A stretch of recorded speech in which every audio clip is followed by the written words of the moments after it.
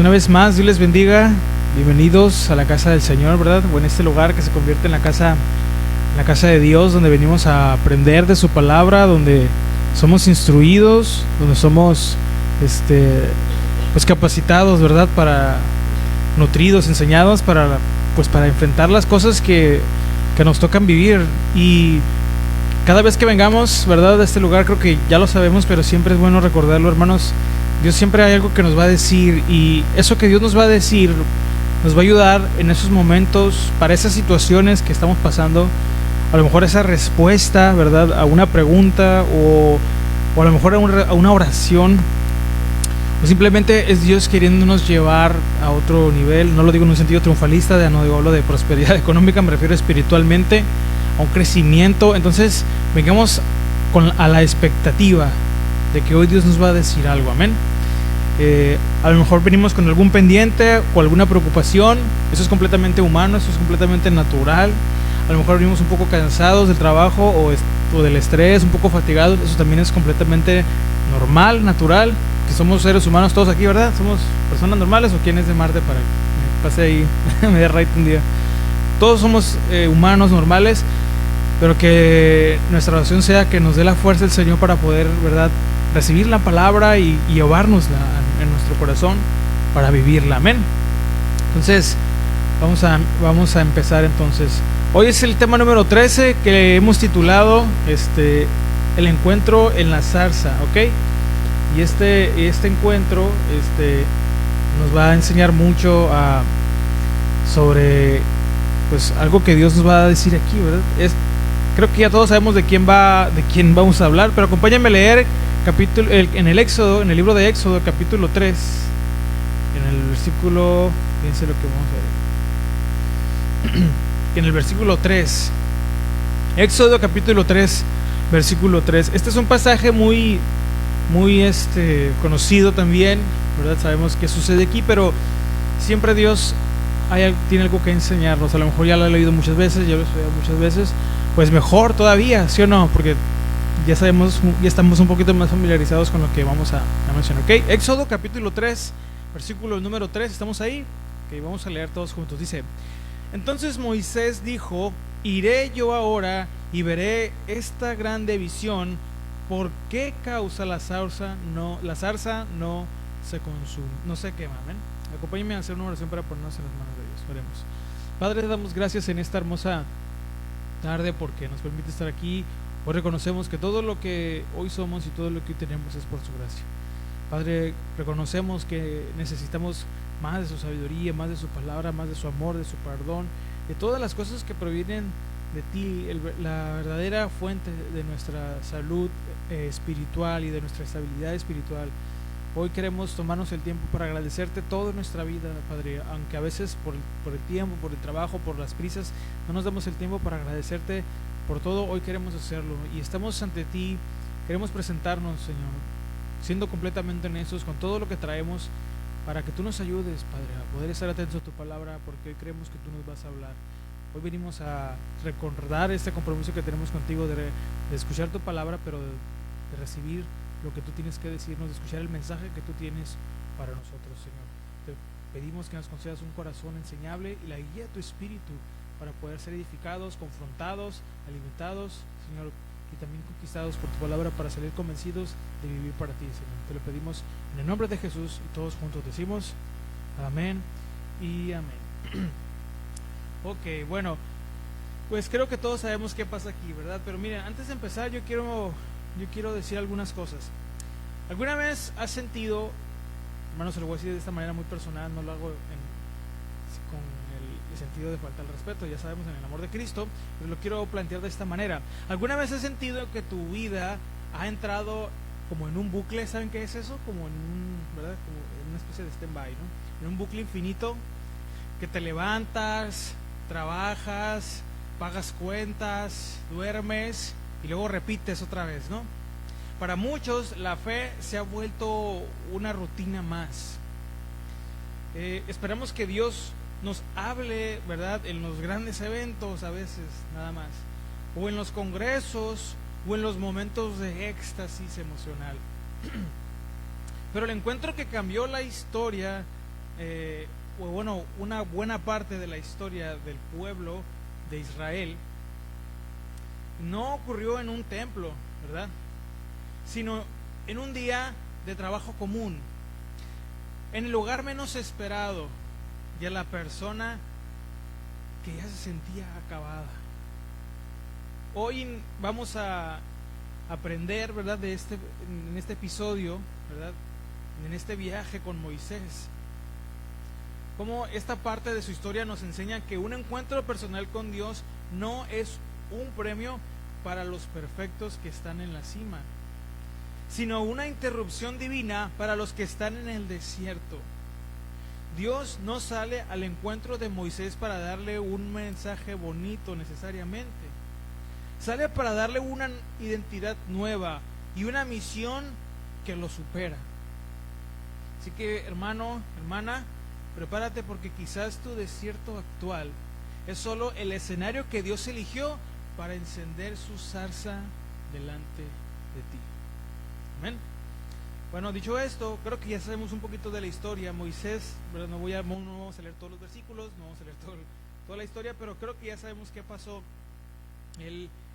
Recuerden que hubo ahí una matanza de niños, ¿verdad?, antes de todo eso, y Moisés creció ¿verdad?, rescatado por la hija del faraón, y bueno, él creció como si fuera un príncipe de Egipto, ¿no? En la mejor educación, ¿verdad?, en la mejor escuela, las comodidades que uno se pudiera imaginar, pues estaba bajo la tutela del faraón, ¿verdad? Es como si uno viviera en la casa del rey de España o el presidente aquí, ¿verdad?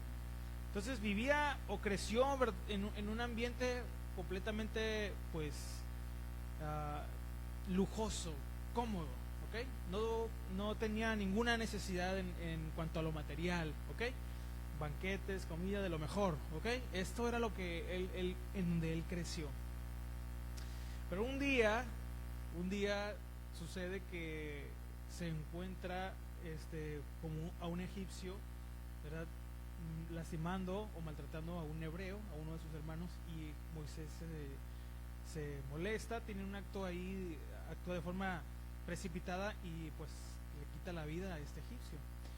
Después de eso se va de Egipto, huye, y bueno, queda en el desierto. Esto nos lleva, lo digo esto porque esto nos lleva entonces a leer, vamos al versículo 1 del capítulo de Éxodo, para que veamos qué pasó. Entonces, Moisés ya había huido de Egipto por lo que había cometido, pero fíjense lo que pasa, mucho tiempo, él crece, ¿verdad?, como un príncipe, pero pasan 40 años, ¿verdad?, después de ese acontecimiento. Fíjense lo que dice ahí. Apacentando Moisés las ovejas de Jetro, ¿verdad?, algunos lo pronuncian como Jetro, porque del original, pero Jetro, pues está en español, no pasa nada si lo dices, ¿ok? Su suegro, sacerdote de Madián, llevó las ovejas a través del desierto hasta Horeb, monte de Dios. Miren, en la cultura egipcia donde Moisés se crió, los pastores eran considerados una abominación. Fíjense, esto no vamos ahí, pero para los que están tomando notas, Génesis 46:34, ¿ok? Eso viene ahí. Para un hombre educado en la aristocracia y de la potencia mundial de la época, que en ese momento era Egipto, terminar pastoreando ovejas en un desierto no era solo un cambio de empleo, era una muerte social y un golpe demoledor al ego, porque él estaba acostumbrado a los lujos, a todas las comodidades. Moisés en este punto, ¿verdad?, se calcula que tenía alrededor de 80 años. Pasó 40 años en el palacio, ¿sí?, como donde él vivió, y aquí en este punto ya lleva 40 años en el desierto. Culturalmente, a los 80 años en el mundo antiguo, en esa época, ya simplemente se esperaba la muerte. No es un nuevo comienzo aquí. Moisés se había acomodado a su fracaso. Entonces, el texto que leímos enfatiza que las ovejas eran ¿de quién? De su suegro, ¿ok? Después de 4 décadas, Moisés ni siquiera tiene bienes propios. Es un hombre que camina con el peso de lo que pudo ser y no fue. Estaba en el desierto, ¿ok? Y aquí fíjense, la palabra para desierto, es fascinante notar que comparte la misma raíz con otra palabra que quiere decir hablar, según en el hebreo. El desierto, hermanos, es el lugar donde Dios silencia el ruido del mundo para poder hablar. Moisés tuvo que pasar 40 años en silencio para que su oído estuviera listo para la frecuencia de la voz de Dios.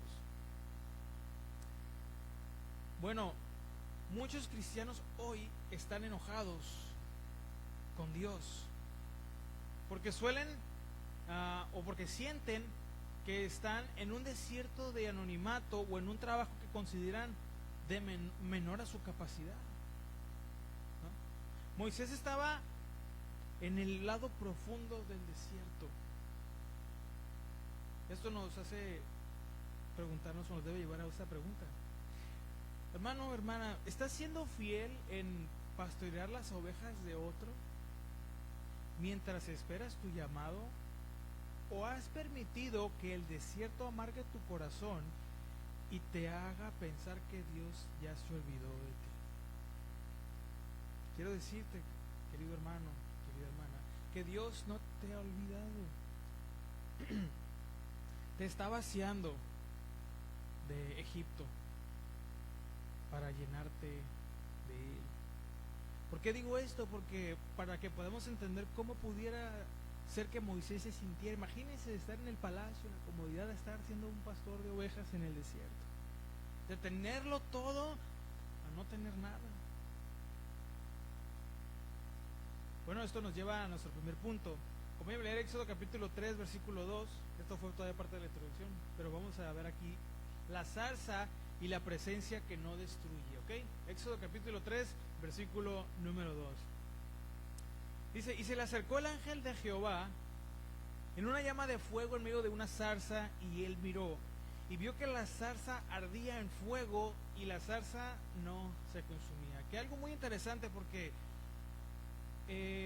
esta zarza era un arbusto muy común. En hebreo el nombre es sené, ¿verdad?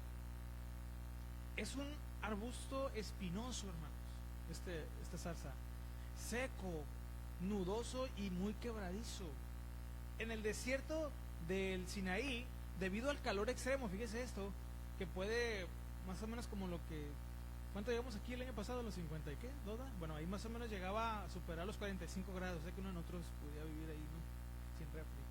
Bueno, debido al calor extremo que llegaba a superar los 45 grados, no era raro que los arbustos, fíjense bien, los arbustos secos se encendieran por la combustión. Era algo que comúnmente pasaba en ese desierto, ¿verdad? Por esa combustión espontánea de que como son muy secos y el calor, pues se prendían y se consumían en segundos. Es lo que pasaba ahí. Pero aquí lo sobrenatural no es el fuego, es la permanencia. Lo que detuvo a Moisés ahí no fue ver el fuego, porque muchas veces él ya había pasado. Era normal que mirara eso, que se consumían los arbustos. No fue ver el fuego, sino que la zarza no se estaba consumiendo. ¿Ok? Miren, la palabra para llama, ¿verdad? Es otra palabra en hebreo, que es lavá, que está relacionada con otra palabra que es leb, y leb significa corazón. Es decir, el fuego de Dios no estaba solamente o simplemente por encima de la zarza, estaba en medio, en el corazón de ella. El cené o la zarza, hermanos, es el símbolo de la humanidad caída, espinosa, seca y sin un valor aparente. Sin embargo, Dios decide habitar dentro de ella. En el Antiguo Testamento, el fuego de la santidad de Dios suele consumir lo que es impuro, pero aquí el fuego sostiene a la zarza. Esto es como un anticipo de la gracia de Dios, de lo que se vería más adelante. Dios habitando en el hombre sin destruirlo, sino transformándolo a su imagen, más a su imagen, ¿verdad? Y a su semejanza. ¿Qué nos dice esto a nosotros, hermanos? A veces queremos el fuego de Dios. ¿Cuántos hemos dicho, Señor, consúmeme? ¿No? Digo, en una en un sentido bíblico, no es una herejía pedir eso. Pero tenemos que entender qué quiere decir cuando le decimos a Dios, eso no va a caer, no le vaya a caer ahí una llamarada, ¿no? Pero a veces queremos el fuego de Dios, ¿no? Porque muchos interpretan el fuego de Dios como que la emoción, como que va, con su hermano Malaquías que se pone a danzar a veces, ¿no?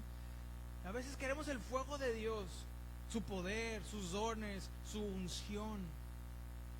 ¿Recuerdan lo que aprendimos de la unción el jueves? Pero no queremos ser la zarza. No queremos ser humildes, no queremos ser pequeños y conscientes de nuestra sequedad. Queremos brillar como estrellas a veces, pero Dios busca zarzas que se dejen habitar. El fuego, hermanos, que no consume, indica que Dios no quiere usarte para agotarte y desecharte. Dios no es un Dios consumidor de hombres, es un sustentador de vidas. Esa es la diferencia. Aquí viene para nosotros el desafío. ¿Qué tanto de tu brillo actual, entre comillas, si pudiéramos decirlo así, es fuego propio? Es decir, que te consume y te estresa. ¿Y cuánto es el fuego de la presencia de Dios? Que te mantiene ardiendo, ¿verdad? Pero sin destruirte, sin agotarte. Hermanos, si estás quemado en el ministerio, estoy chistoso, pero si estamos quemados, quizás estás ardiendo por tu propio esfuerzo y no por el fuego de la zarza. Y no es lo mismo. Ser sustentados con la fuerza de Dios, con el poder de Dios, recibir la sabiduría de Dios para tomar las decisiones, de recibir, aprender a descubrir qué es el amor de Dios para saber cómo tratar a nuestros hermanos. No es lo mismo aprender a eso, a creer que ya lo sabemos y hacerlo según entendemos como debe ser. Dios no llamó a Moisés cuando era un príncipe con recursos, porque a lo mejor estamos esperanzados a que, bueno, ya que no tenga deudas, ¿verdad? Ya que me reconcilie con la suegra, dicen, no, ya voy a servir a Dios. No, hermanos, Dios no llamó a Moisés cuando era un príncipe con recursos, sino cuando era un pastor con deudas. Dios no usó un cedro de oro, sino un arbusto con espinas. Tu desierto no es una pérdida de tiempo, es tu lugar de entrenamiento, nuestro lugar de entrenamiento. Nuestra pequeñez no es un impedimento para Dios. Al contrario, hermanos, ese es el requisito para que su fuego se vea más que mi madera, que tu madera. Y muchos se quedan en el desierto, hermanos, tristemente, no porque Dios no aparezca, sino porque han perdido la capacidad de asombro,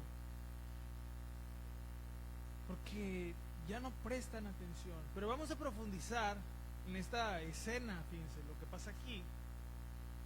Vamos al versículo 3, esto nos lleva al siguiente punto, la atención que precede a la revelación. Vamos a ver qué es lo que sucede aquí, fíjense. Éxodo capítulo 3, versículo 3 y una parte del 4, ¿ok? Dice, Éxodo 3:3. Entonces Moisés dijo, iré yo ahora y veré esta grande visión, ¿por qué causa la zarza no se consume? Viendo Jehová que él iba a ver, lo llamó de en medio de la zarza y le dijo, Moisés, Moisés, hasta ahí. Bueno, en el contexto, como ya dijimos, de un pastor de ovejas en el desierto, Moisés no fue trivial aquí. Un pastor, hermanos, ¿se acuerdan lo que hemos aprendido? Era responsable de las ovejas, ¿se acuerdan? Pero ¿de qué manera? Con su propia vida, tenía que cuidarlas con su vida. Entonces, en el desierto de donde estaba Moisés, en el desierto de Madián, había muchos peligros. Había ladrones, había lobos, había grietas. Apartarse del camino era para investigar otra cosa, era o significaba descuidar su seguridad y la de su rebaño, porque era un lugar peligroso, un desierto llega a ser muy peligroso. Pues aquí vivimos en un desierto, imagínense, los fines de semana pues nos mandan en la calle porque se lo lleva un Infinity, pero sí o no es bien peligroso aquí. Pero en el desierto había obviamente peligros. Después de 40 años haciendo lo mismo, la mente tiende a entrar en un piloto automático. Moisés pudo haber tenido esto, porque pasó 40 años haciendo lo mismo. Lo más probable es que Moisés hubiera visto cientos de espejismos y arbustos ardiendo por el calor. Lo normal hubiera sido que Moisés pasara de largo, que no ni le prestara atención, ¿verdad? Ni siquiera que pensara algo anormal de lo que estaba viendo. Pero aquí hay dos cosas bien importantes que podemos entender, o que nos va a ayudar a entender. Miren, cuando dice que él irá, ya ven que leímos, iré a ver, bueno, en el versículo 3 Moisés dice iré a ver, pero esta palabra de ir también se traduce como apartar. Viene del hebreo ashura, que tiene una raíz en otra palabra que es shur, que significa desviarse del camino, pero no es desviarte solo para caminar hacia algo, sino dejar de caminar hacia donde ibas, que no es lo mismo. Hermanos, ¿qué nos dice esto?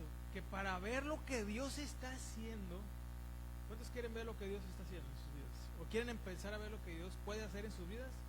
Bueno, para ver lo que Dios está haciendo, tienes que dejar de hacer lo que estás haciendo, como Moisés lo hizo. En el versículo 4 dice, ¿verdad? Viendo, ¿okay? Que viendo Jehová que él iba a ver. Aquí es un juego de palabras, ¿ok? Pero lo vamos a explicar. Esto lo que sugiere es que Dios estaba observando la mirada de Moisés, ¿ok? Es lo que quiere decir. En hebreo, la palabra que se traduce por ver, que es ra, no es solo es percibir con los ojos algo, es discernir, es percibir la importancia o dar atención. Dios no habló cuando la zarza se encendió, fíjese esto. Dios habló cuando Moisés decidió que la zarza era más importante que su ruta, al punto de dejar lo que estaba haciendo por ir a verla, ¿okay? Por ir a acercarse a qué estaba pasando. Este pasaje nos presenta una verdad pues bastante interesante, que la voz de Dios es a menudo una respuesta a nuestra búsqueda. Dios encendió la zarza, fíjense esto, pero Moisés tuvo que caminar hacia ella, es decir, de su voluntad, él decidió ir. Si Moisés no se hubiera apartado, o no se hubiera desviado del camino, de su ruta, o sea, no hubiera dejado de hacer lo que estaba haciendo para ir a ver la zarza, pues probablemente no hubiera tenido el encuentro con Dios como lo tuvo, no hubiera escuchado la voz de Dios. Dios no hubiera pronunciado una palabra. Entonces, Dios no violenta, hermanos, nuestra atención. Quiero que entendamos eso. Él la atrae. Pero fíjese esto, Él espera a que nosotros se la entreguemos, nuestra atención. La zarza era una prueba de atención. Dios estaba viendo si después de 40 años de fracaso y de rutina, Moisés aún tenía un corazón capaz de asombrarse. ¿Qué nos dice eso a nosotros? A veces tenemos el ídolo de la eficiencia. ¿Saben cuál es ese? Muchos de nosotros estamos tan obsesionados con apacentar las ovejas, es decir, con nuestros proyectos, con nuestros planes, ¿verdad? Que voy a comprar un terreno, que voy a comprar una casa, que voy a comprar un carro, que no sé qué, con nuestras metas, que quiero estudiar, que no es malo que estudiemos, hermanos, si por alguna razón no puedo terminar la secundaria, la prepa o la universidad, no es malo, pero muchas veces ponemos esas metas en el lugar equivocado o le damos el tiempo y espacio equivocado. Estamos demasiado obsesionados con nuestras deudas. ¿Cuántos dicen amén por dos, no? Con tantas cosas, lo más triste con las redes sociales. Andan subiendo fotos, historias y no sé, se creen influencers, no sé, bueno, cada quien, ¿verdad? Cada quien su religión, decía mi tata. Pero a veces estamos tan obsesionados con otras cosas que hemos perdido la capacidad de detectar las zarzas de Dios. Nuestra agenda se ha vuelto el mayor enemigo, hermanos, de nuestra vida espiritual. ¿En qué estamos tan metidos y obsesionados? Entonces el ídolo de la eficiencia, de estar tan ocupados en cosas, de querer, y lo peor es que a veces logramos cosas, crea el mal de la zarza ignorada en nosotros. Dios puede estar manifestándose hoy en tu vida, o quiere manifestarse hoy en tu vida a través de una crisis, ¿verdad? Un deseo profundo de oración, o una inquietud por alguien necesitado. Pero como eso no está en tu mapa hoy, o el día de hoy, simplemente lo ignoras. Yo pregunto lo siguiente: ¿cuándo fue la última vez que te desviaste, mi querido hermano, que nos desviamos de nuestros planes? O de tus planes, lo voy a decir de esta manera, en el amor de Cristo, ya lo saben. ¿Cuándo fue la última vez que te desviaste de tus planes porque sentiste que Dios quería decirte algo? ¿Cuándo fue? Estamos tan acostumbrados al desierto que ya no nos sorprende nada de Dios. ¿Qué pasa? ¿Qué es más importante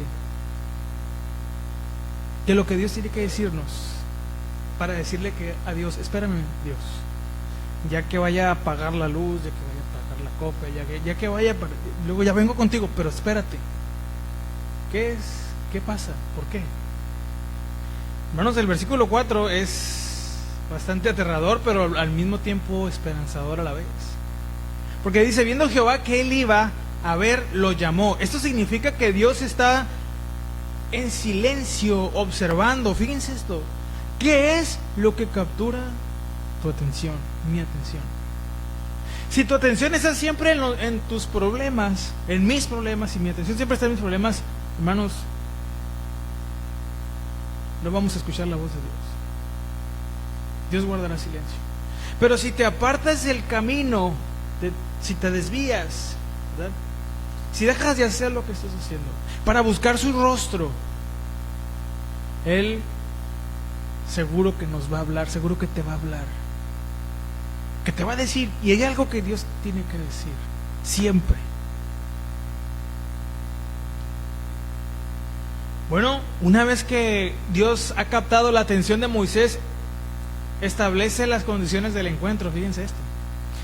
No es una reunión de iguales, es el Creador, ¿verdad? Y su creación. ¿Qué pasa aquí?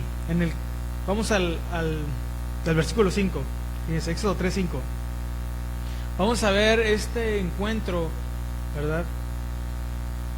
Donde sucede algo muy interesante. 3:5 de Éxodo dice, y dijo, no te acerques.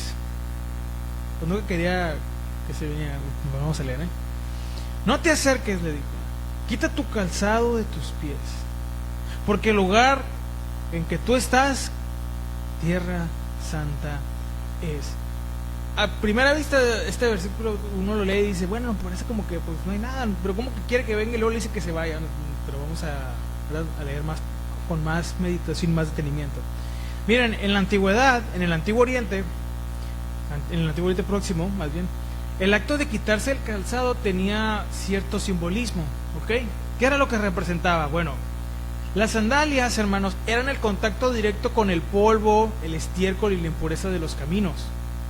Introducir el calzado en un espacio sagrado era contaminarlo, en este caso contaminar lo que Dios había apartado.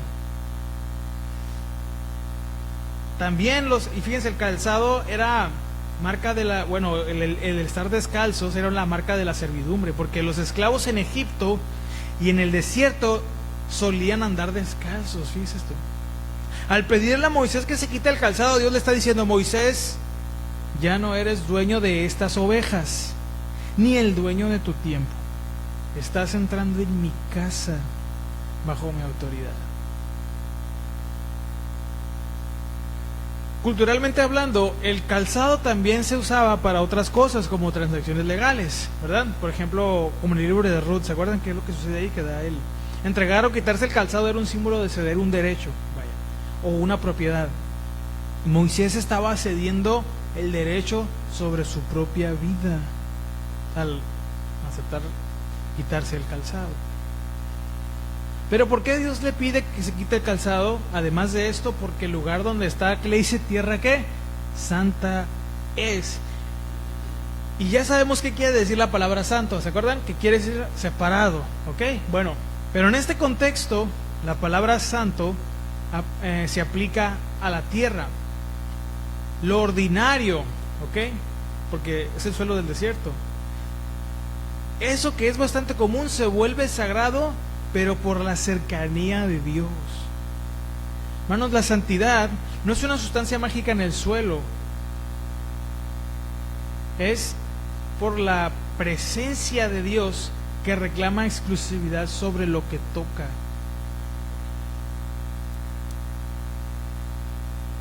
Y la palabra calzado, fíjese, según el original, significa también cerrar o trabar.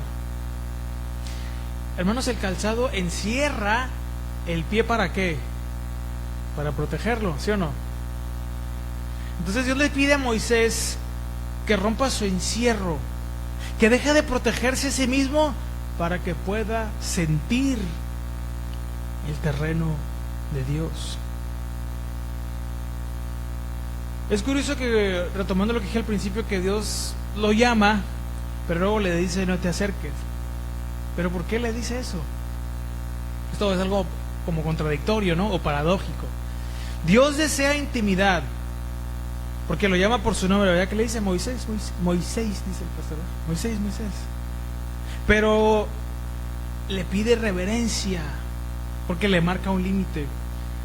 Un encuentro personal con Dios, hermanos, que no nos produzca un temor reverente, no es un encuentro con el Dios de la Biblia, sino con algo de nuestra imaginación, porque tenemos que tener ese temor cuando vamos a Él. Al estar descalzo en el desierto, Moisés siente cada piedra, cada grano de arena y el calor del suelo. Dios no quería a un Moisés protegido, quería a un Moisés que sintiera la realidad del lugar donde estaba. ¿Realmente somos conscientes del lugar donde estamos cuando nos acercamos a Dios? Porque a veces lo único para lo que nos acercamos es para, como el profeta, ¿no? Para recitarle las lamentaciones de nuestra vida. ¿Para qué tan conscientes somos del lugar en el que estamos cuando vamos a Dios? Hermano, entonces que ya no se van a llorar. No, ese no es el sentido de la frase. Que muchas veces para Dios para nosotros no es otra cosa más que eso. Nuestro psicólogo que escucha nuestros lamentos, pero nada más. Esto nos lleva a preguntarnos lo siguiente: hermano, ¿qué sandalias traes puestas? A lo mejor traemos la sandalia de la familiaridad. Hoy en día tratamos a Dios con una ligereza alarmante, hermanos.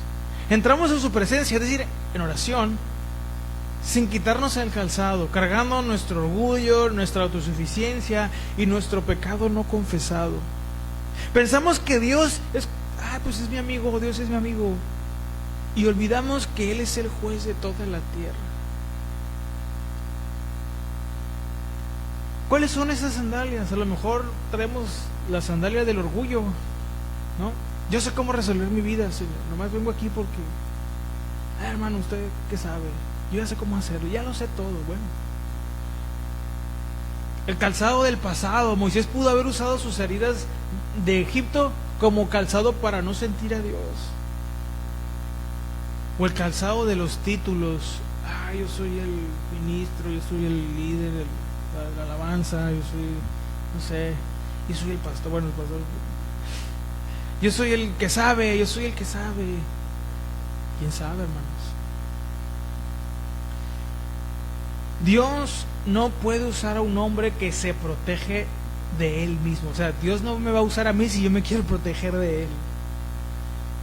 Dios le dice a Moisés: si quieres que yo te use, parafraseando lo que estamos entendiendo del texto, si quieres que yo te use para liberar a una nación, primero tienes que ser lo suficientemente valiente para estar descalzo y vulnerable ante mí. Porque ¿de quién es mi tiempo?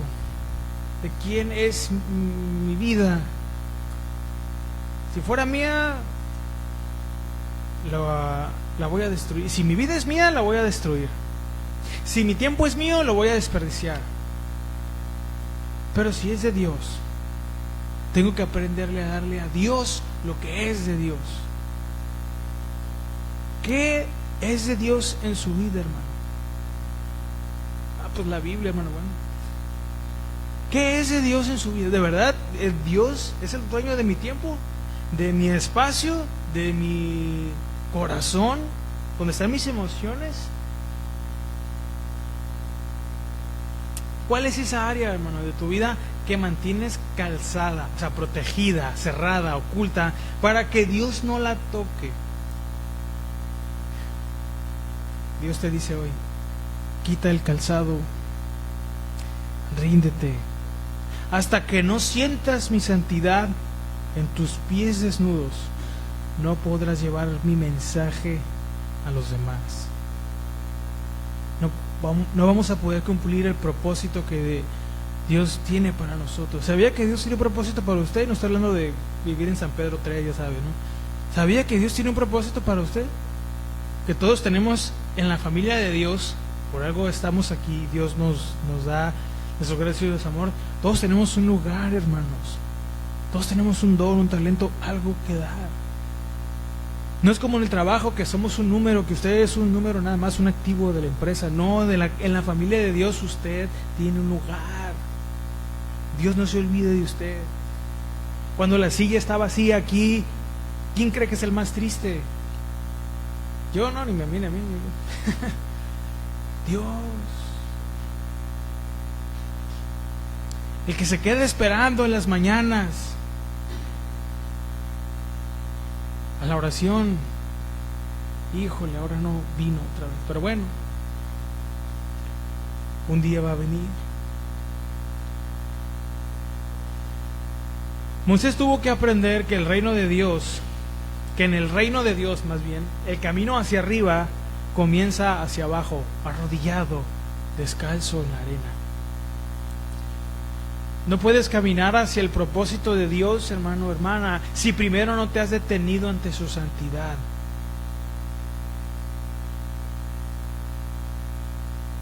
Pero fíjense, esto nos lleva a nuestro último punto. El poder en el nombre de Dios. Fíjense, para entender por qué Moisés después tiene ese encuentro, le dice: quita el calzado de tus pies, ¿verdad? Ya sabemos lo que quiso decir, pero fíjense, vamos a leer unos versículos más adelante sin que siga el contexto, pero quiero explicar algo. En el antiguo Egipto y en aquella época, en el antiguo cercano oriente, el nombre no era solo una etiqueta, era la naturaleza misma del ser. Conocer el nombre de un Dios, fíjense, hermanos, se consideraba tener un cierto acceso, ¿ok?, ¿verdad?, especial para invocar su ayuda, o incluso, según las ideas de los paganos, para pues manipularlo, ¿no? Pero era muy, muy respetado conocer, o sea, que alguien conociera el nombre de Dios, ¿no? En Egipto tenía miles de dioses, no los vamos a decir aquí todos, pero cada uno con un nombre y una función distinta, ¿no? Ejemplos, ya lo sabemos, ¿no? Raíces, todos esos. Moisés sabía que los israelitas, tras 400 años de influencia egipcia, preguntarían: ¿cuál de todos los dioses te envió? ¿Cómo se llama? Antes de preguntar el nombre de Dios, pero fíjense, vamos un pasito atrás. Antes de preguntar el nombre de Dios, Moisés pregunta por el suyo: ¿quién soy yo? Históricamente, Moisés era un criminal fugitivo y un pastor fracasado. Su pregunta es el eco de un hombre con la autoestima destruida por el desierto. Pero vamos a leer, dicho esto, acompáñame a leer Éxodo capítulo 3, vamos hasta el versículo 11 y vamos a leer de corrido hasta el versículo 14. Éxodo capítulo 3, versículos 11 al 14. Sin castigar el contexto, porque aquí lo que nos enfocamos es en el encuentro, y acá ya le di una misión y eso, pero vamos a enfocarnos nada más en lo que es el encuentro y lo que Dios le dice aquí. ¿Okay? Éxodo 3:11, ¿estamos ahí? Vamos a leer. Dice: entonces Moisés respondió a Dios: ¿quién soy yo para que vaya a Faraón y saque de Egipto a los hijos de Israel? Y él respondió: ve, porque yo estaré contigo, y esto te será por señal de que yo te he enviado. Cuando hayas sacado de Egipto al pueblo, serviréis a Dios sobre este monte. Y dijo Moisés a Dios: he aquí, yo llego a los hijos de Israel y les digo: el Dios de vuestros padres me ha enviado a vosotros. Si ellos me preguntaren cuál es su nombre, ¿qué les responderé? 14. Y respondió Dios a Moisés: yo soy el que soy. Y dijo: así dirás a los hijos de Israel: yo soy, me envió a vosotros. Además dijo Dios a Moisés: así dirás a los hijos de Israel: Jehová, aquí ya lo traduce, ¿verdad?, el Dios de vuestros padres, Yahweh, el Dios de Abraham, Dios de Isaac y Dios de Jacob, me ha enviado a vosotros. Este es mi nombre para siempre. Con él se me recordará por todos los siglos.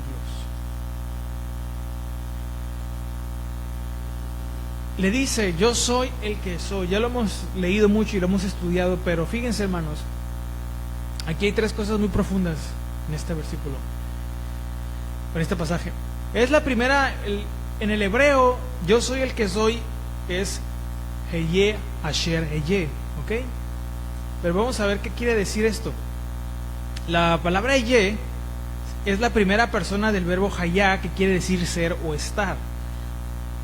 Lo fascinante aquí es que en hebreo este tiempo verbal implica una acción continua, no es un yo soy estático, es yo estoy siendo y yo estaré siendo. Es lo que más ha llegado a lo que se puede entender.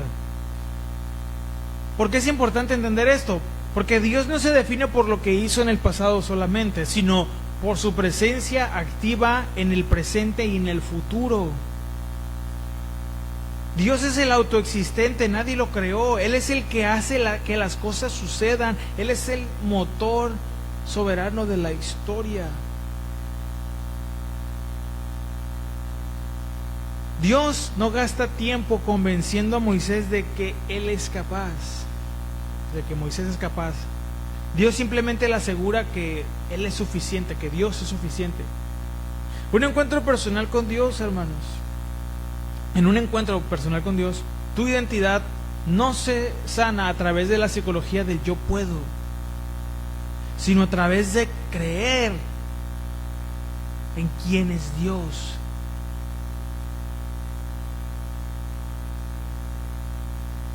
Pero aquí surge algo: el síndrome de la insuficiencia. Muchos de nosotros rechazamos el llamado de Dios porque estamos obsesionados con nuestra lista de debilidades. Decimos: no tengo dinero, Señor. Y Dios nunca nos ha pedido dinero, ¿verdad? No sé hablar. Hermano, pues escúchame a mí. ¿Usted cree que yo hablo como Juan Calvino? Bueno, no sé, como quieran. No sé hablar. Tengo un pasado oscuro, dicen otros. Pero esto, hermanos, es producto del ídolo del yo. Fíjese, porque uno pensaría que el yo, tenerlo como ídolo a nosotros mismos, es simplemente adularnos. Pero no solo es eso. Enfocarse demasiado en nuestra incapacidad es, irónicamente, aunque parezca así, una forma de orgullo, hermanos. Es creer que la obra de Dios depende de nuestra fuerza. Dios confronta a Moisés y también nos confronta a nosotros, diciendo: tu identidad no importa cuando mi presencia es la que firma el cheque. ¿Sí me explico con eso? Cuando Dios te dice: ve, y tú respondes: ¿quién soy yo?, en realidad le estás diciendo a Dios que Él se equivocó al elegirte. Estás cuestionando el criterio del yo soy. Hermano, si usted me preguntara: hermano, usted está ahí porque usted tiene muchas cualidades. No, hermano, de verdad que no.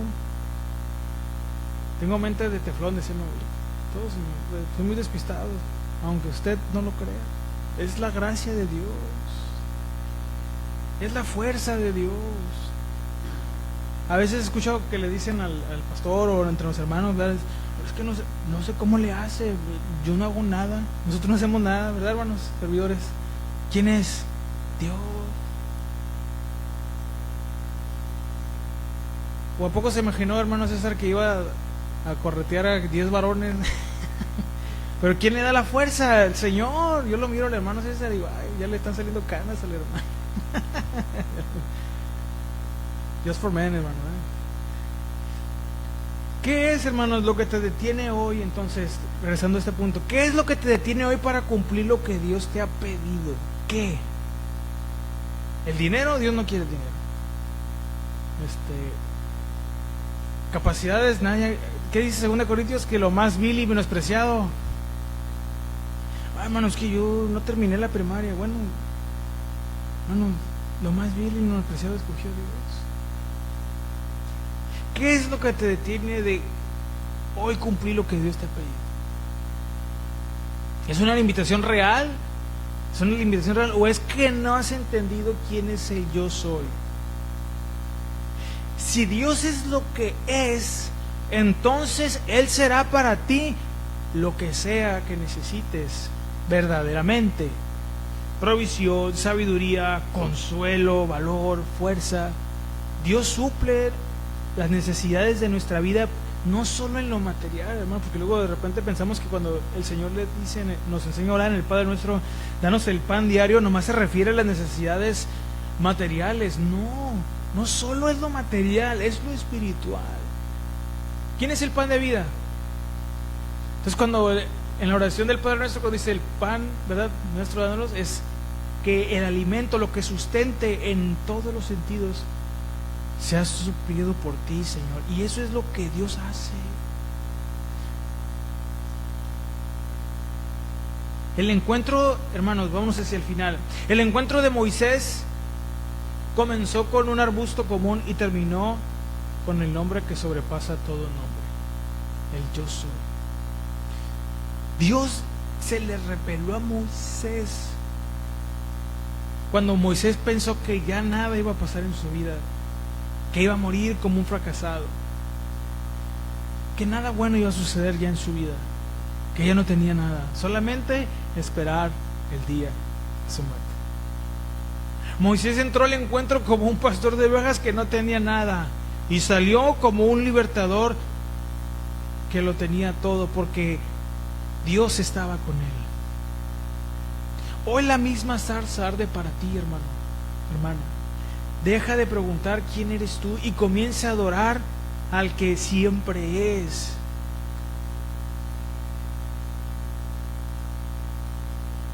Conclusión y aplicación. Hoy hemos caminado con Moisés, ¿verdad?, por el desierto de Madián. Hemos visto que Dios no busca catedrales de oro, sino zarzas espinosas. No busca expertos en teología, hermanos, sino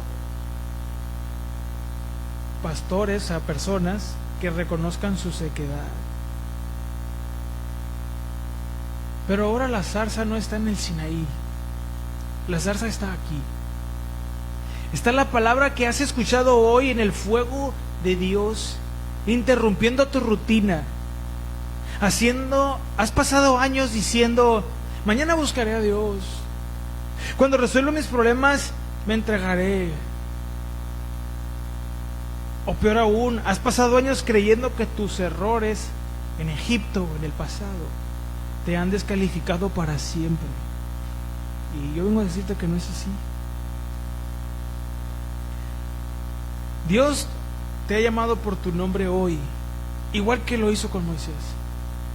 Pero la invitación viene con una demanda. Quita el calzado de tus pies. Quitarse las sandalias es dejar de protegerte. Es dejar de decirle a Dios, Señor, te doy mi vida, pero no toques mi dinero. Te doy mi corazón, pero no entres en mi sexualidad.